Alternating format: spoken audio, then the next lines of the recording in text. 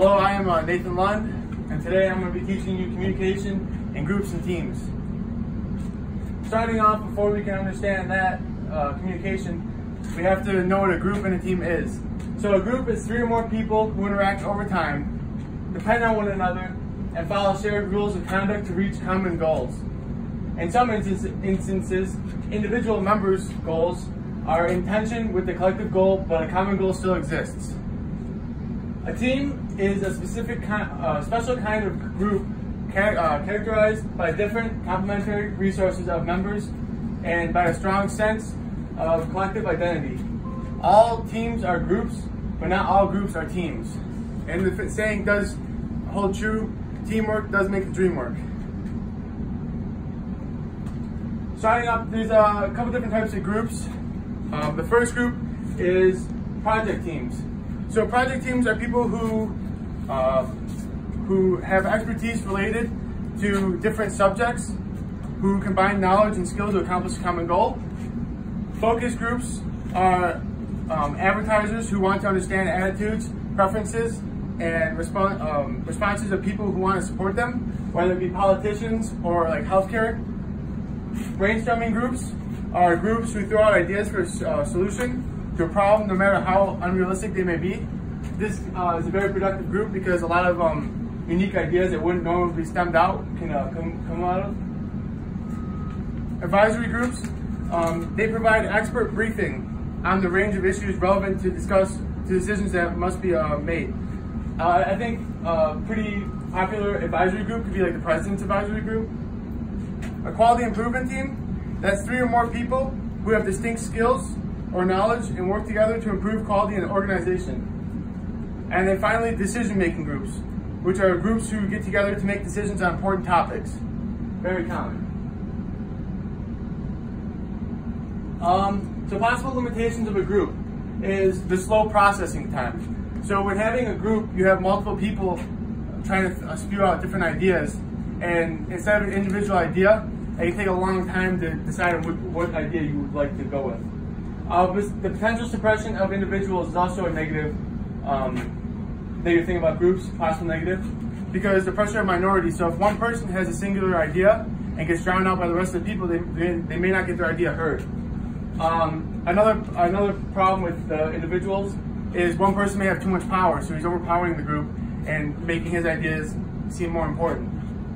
The last one is social loafing, and that's the idea that someone will do less work in a group setting than they would in an individual setting, and that could be very ineffective to a group work project. Possible strengths is greater resources. So obviously with more people, bring more attributes to the table, and you can have more things such as, say, money or like just plain objects. More thoroughness, obviously more eyes on a certain topic will have more looked upon ideas, which can be good for any problems that may occur. Higher levels of creativity, more problems, more solutions, simple as that. And greater commitment among members. So they take it, like when you have the commitment, there's members from different various backgrounds who have different expertise, which can really affect the group positively. 5 features of a small group is cohesion, group size, power, interactional patterns, and group norms. So the definition of cohesion is the degree of closeness among members in the sense of a group spirit. And obviously cohesion is fueled by communication, because without communication you'll never know what someone else is thinking.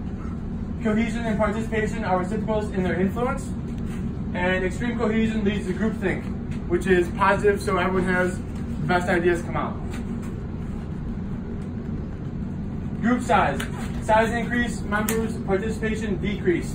So when more people are in a group, less people may think that they have to participate to get a good idea, which is very untrue. Participation is linked to commitment, so if you're not committed to a group, you probably won't care about what the group has to say, which is also negative. Large group, less cohesion and satisfaction. So someone may not be as close to, say a 5-person group, may not be as tightly knit as a 3-person group. So they may not feel close and have good ideas streaming. Power structure. Power is the ability to influence others. Now the two types of power is power over and power to. Power over is the ability to help or harm others, and power to is the ability to empower others to reach your goal. Power over can be very negative, and power to is mostly positive. The five types of power are reward power, the ability to give people things that they value, such as promotion and rewards. Coercive power, the ability to punish others through demotions, firing, and undesirable assignments.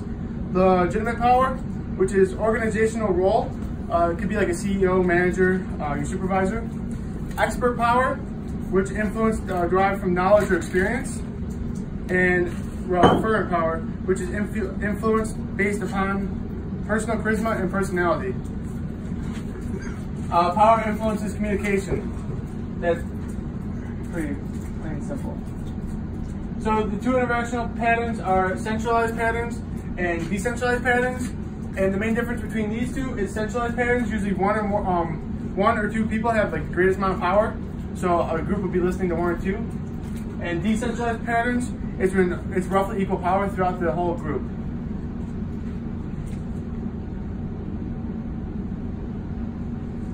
And group norms is an informal rule that guides how members of a culture or group think, feel, and act. They can affect, what they can affect is how well people have cohesion and how well they work together. And how to change them is if you guys all put aside your backgrounds and your different ideas and you try to put in the group first.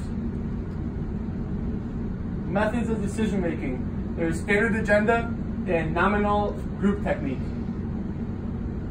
Standard agenda is you define the problem, which you just obviously bring a problem to the table for the group. You gather and analyze information, so you get data and whatnot, so your group knows what to do and what they're looking for, and any background. Establish criteria for a solution. So obviously you can't have some wild solution for your problem, so you have to establish different lines of what you need to do. Generate and evaluate the solution. So you obviously come up with a solution, and then you gotta evaluate and see how well it's gonna work out and see the possibilities of a failure. And then you implement your best solution, put your best foot forward, you're gonna put your best idea to the test. And stage 6 gets missed over a lot, but that's monitor the decision. So coming back to making sure that's the best decision possible for the situation. Lastly, nominal group technique. And this is your introduction explanation. So you obviously state your problem and you state what needs to get fixed. Your stage 2 is the silent generation of ideas. So people will sit around, say, a square table, generate ideas to themselves. Their mind will pick out the best ones, and then they'll go to stage 3, which they'll start sharing the ideas. And they'll share the ideas, everyone will get a turn. And then the group decision, which is they talk about which idea is the best, which one has the best solution. And voting and ranking, it falls into that, where they vote for the best one, and they rank which idea has the best so they can implement that as fast as possible. That concludes my presentation on group and team communication. I'm Nathan Lund. I appreciate everything you've done.